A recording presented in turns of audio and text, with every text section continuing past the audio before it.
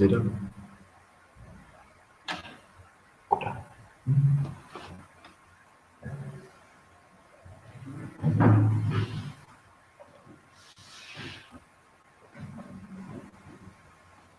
Kunzi, can you say anything?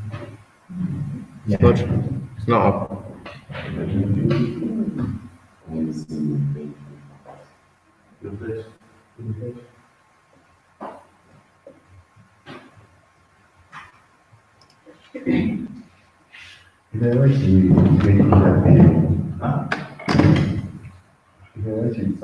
What you need is watch the news so you hear But maybe the end. It's fine.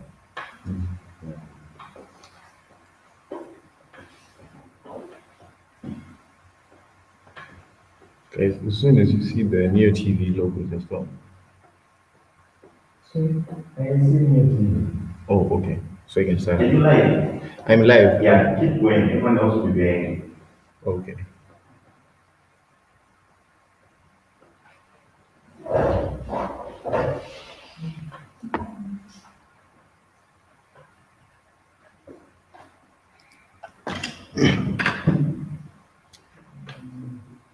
Hi guys. So today we're going to be talking about data-driven decisions, and today's session is all about the introduction and the overview of this this discussion. So to start with, we just want to define what data is and see what is its importance to us founders in our startups. So I'm just going to share with you this definition that I came up with, which talks about data and refers to it as information that a founder can use to make decisions. So you find that with startups, you can't just make decisions based on your feelings or your intuition, but these decisions that we make, they have to be backed up by facts and information that we can measure, and at the end of the day, we can refer to this information and use it to make the decisions. So data in itself is just information that we can measure, not just information that we can assume. And maybe to just give you an insight of why we decide then to measure this information, you find that there's a saying by Martin Rubin that says every line is the perfect length if you don't measure it. So you might see as if your startup has got everything in control. You've got everything in control and everything is going well. But that's because you just haven't measured whether you're really in control of your startup or there are some external factors that are affecting your growth. Since all we are trying to build is a scalable startup that will grow and grow very fast. And because of that, I have had my experiences because when I founded Washen, I didn't really know about data. I didn't really have the drive to measure the data. So most of the decisions that I then made from the beginning were based on this intuition, this feeling, and just assumptions. And because of that, I faced some big problems starting up. And a year later, I now see that things could have gone differently had I known about data and had I been recording data and using it to make the decision. So as you can see, it took me over 6 months to make the first sale. And this is something that I really felt like at that time I didn't know what caused this. But now that I look back and see where I could have collected data and where I could have used that data to make the decision, probably I would have made my first sale within a few days or even a few hours after initiating the idea. And even after I made the first sale, the growth was just slow. I mean, 20 customers in 3 months, that's not really a good number. But all that is because I was not measuring certain information. I didn't have certain information about myself. The information was there, but I didn't utilize that information to make the decision. And because of that, the startup grew slowly, almost stagnant. And even after I reached 20 orders, you would find that there were inconsistencies with the orders. One week you have got an order that's on time, the next week it's not on time. And usually they are factors that then affect the process of our businesses. And for me, it was more about weather than anything else. You would find that whenever it was raining, the clothes would dry slower. Or whenever the air was just humid, the clothes would dry slower. And that affected the turnaround time. When you promise customers that you're going to deliver their clothes within 36 hours, and then because of small things as weather that you could have predicted, I mean, there are many ways of getting this weather data on the internet. And it actually allows you then to tell your customers in advance that your orders might take a bit longer because of the weather this weekend. But I had not looked into any of that. And because of that, I now realize had I collected all this weather data, maybe I would have retained more customers because when you then disappoint customers, they don't come back for the second or third time. And I would go for weekends without orders. And I never really collected the information as to why this was happening.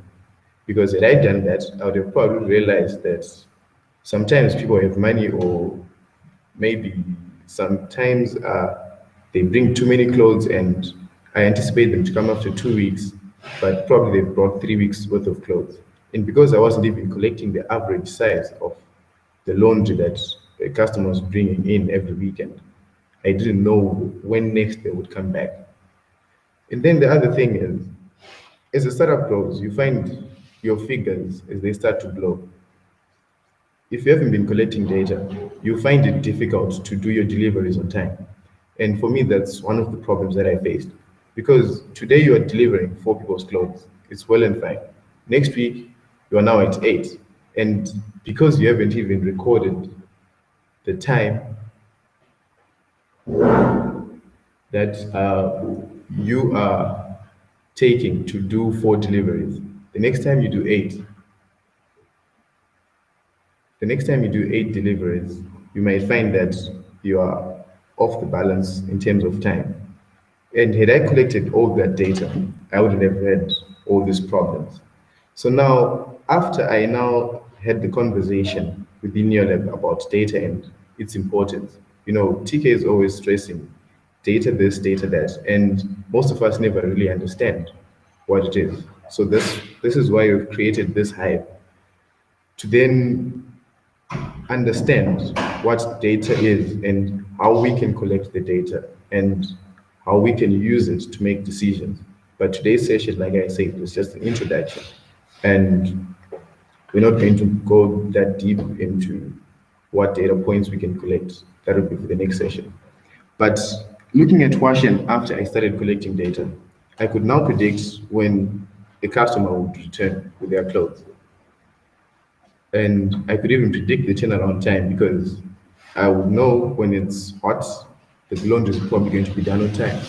And when it's raining, it's probably not going to be done on time. And I could predict the turnaround time. And ever since I started collecting the size of the orders and the amount of time it took for me to tag the clothes before they went for the cleaning, I was able to predict if there's an increase in the number of orders the next week. I could tell how much time it was going to take me to actually process the tagging and how long it would take for the washers to then deliver the clean clothes back to washer. So you see that as you collect data and as you collect more and more of it, you make better informed decisions. And even your growth, you start to see it grow because now you know what affects customers. You now know what affects your customer retention, and you now know the better communication channels that you can use to reach your customers. For example, at first I thought the best way to reach customers was via emails or via social sites. But after a while, I actually realized that customers would read faster the messages that they received on WhatsApp than on any other platform. And because of that, I just started to use WhatsApp as my only form of communication with my customers.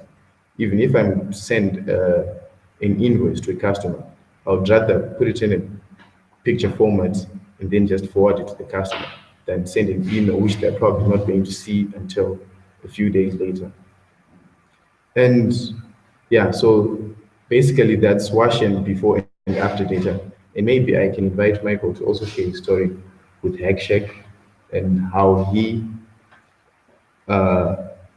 also used data to grow his startup.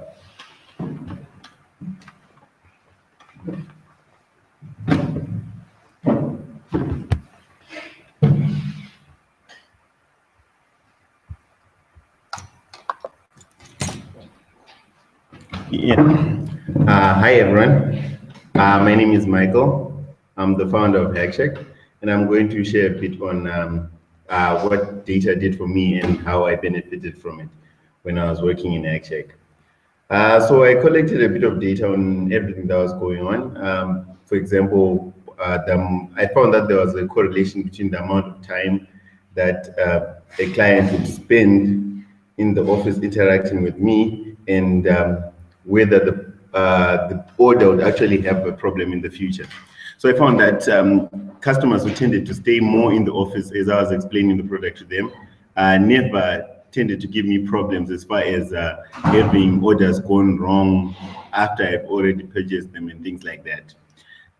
And there are a lot of things that I've benefited from HackShack and the data that I collected. But the key takeaway here is that you have to collect almost every data that you can, because at first glance you won't be able to tell that this data is correlated, but over time, as it is collected and it's in large quantities, you're then able to tell that, wait, if this rises, this is also rising along with that, and you'll be able to tell that correlation, which allows you to then be able to make decisions based on that. So my advice basically is that all the data that you can collect, even the most mundane data, should be collected. And in time, it does reveal some information. So that's the key takeaway. And when it's analyzed, which will not be discussed much in this hive, you will find that it will help you to make better decisions and to be able to grow your startup even further using this data. Because decisions after data are actually much easier than before, because you will have a basis for taking the steps that you do. So that's all I have from HackShack. So I'll hand it back over to Paul, who will finish the hive. And Paul.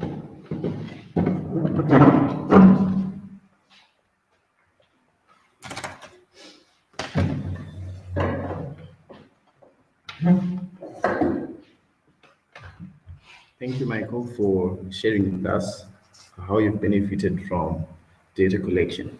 So our next session is going to be on data point identification and collection, as in the procedure of coming up with these data points and how we can then collect the data points and make use of them.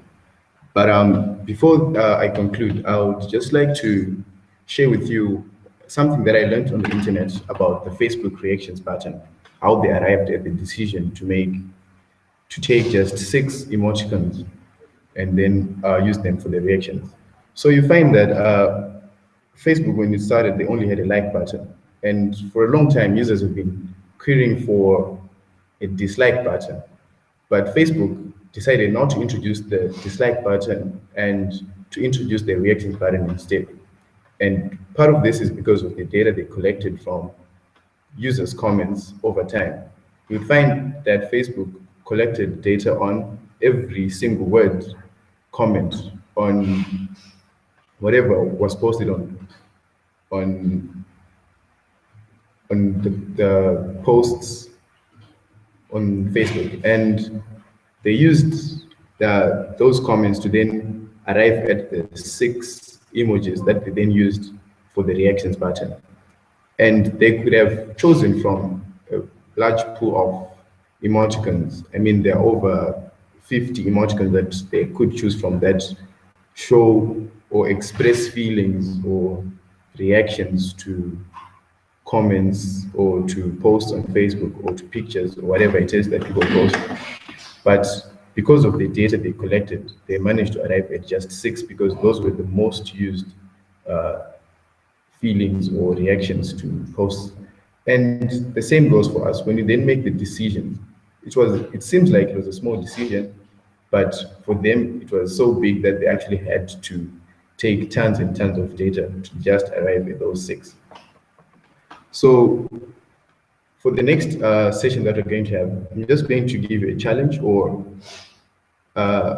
to see what data points you think you can collect from your business process or anything about your startup, so that when we come for the next session, we are better equipped and can actually have a conversation about this. And we'll also try, for my part, to have a better studio arrangement.